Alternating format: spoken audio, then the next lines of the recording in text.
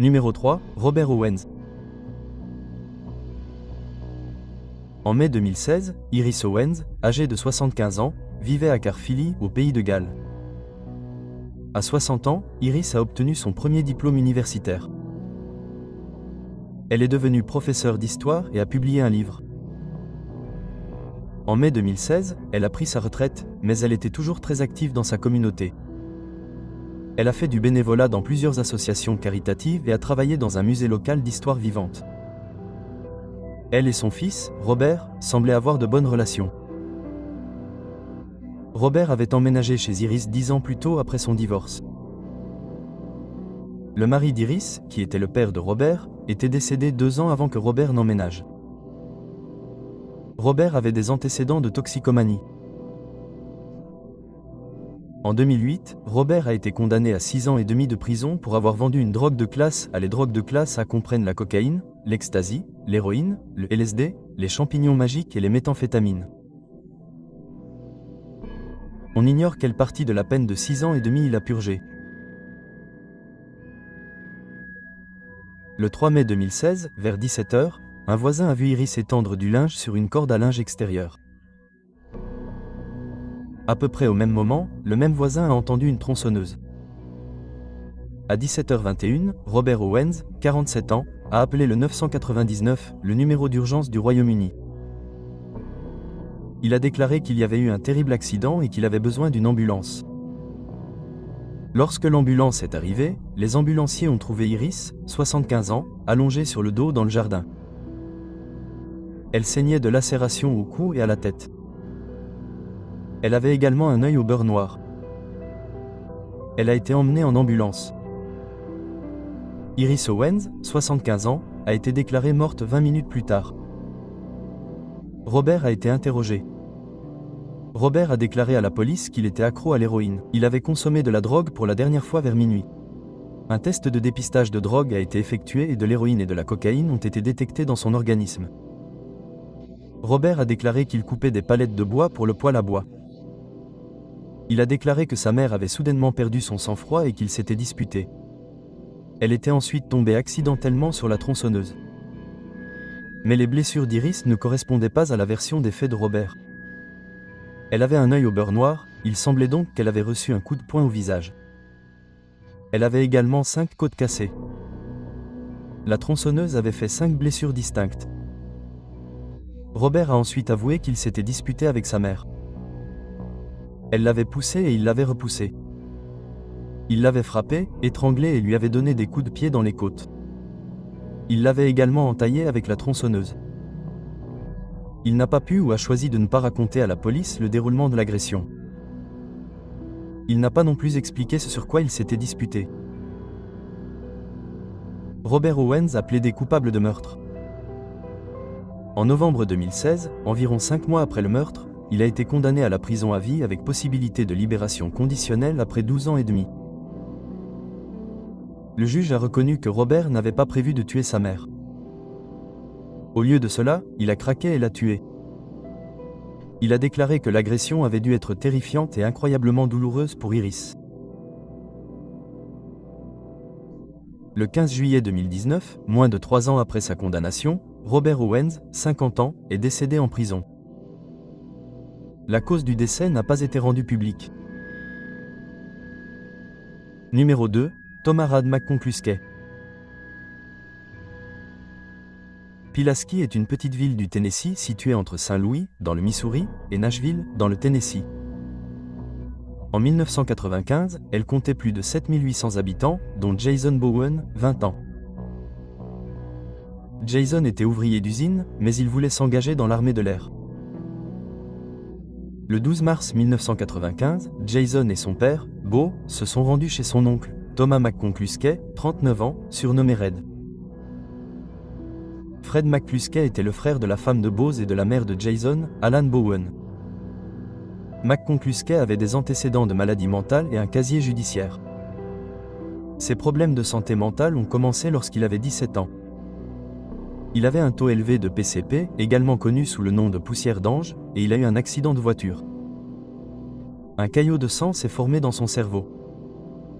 4 ans plus tard, en 1977, il a été arrêté pour la première fois. Il a été accusé d'ivresse et de troubles à l'ordre public. Il a eu plusieurs démêlés avec la justice cette année-là. Plus tard, en 1977, il a été inculpé de tentative de meurtre et de port d'armes dangereuses après avoir menacé l'homme qui avait été son avocat. En 1984, il a été reconnu coupable de possession d'un fusil de chasse à canon recherché. Il a été condamné à 1 an de prison et à 5 ans de probation. Dans le cadre de sa probation, il a dû prendre ses médicaments. En septembre 1992, McCluskey a pointé un couteau sur Jason, qui n'avait que 17 ans. Un accord a été conclu selon lequel s'il prenait ses médicaments, il n'aurait pas à purger de peine de prison. Entre 1977 et 1995, Red McCluskey a été arrêté 14 fois. Il a parfois été placé en hôpital psychiatrique, mais il n'y restait que quelques jours. McCluskey ne prenait pas régulièrement ses médicaments. En 1994, McCluskey a été diagnostiqué schizophrène. Pendant des années, McCluskey a menacé ses voisins et les membres de sa famille avec des couteaux, des haches et des armes à feu. Il leur a également raconté les fois où il avait tué des chats et des chiens.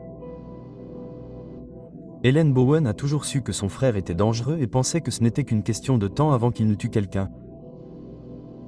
Elle avait essayé pendant des années de le faire hospitaliser, mais la loi n'autorisait pas les personnes atteintes de maladies mentales à être détenues contre leur gré.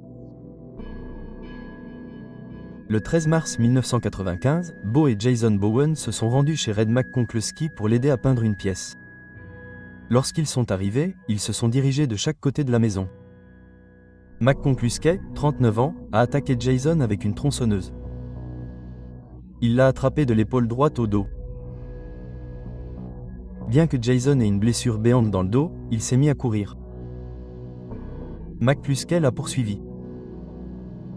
Jason a parcouru environ un demi-pâté de maison avant que son oncle ne l'attrape.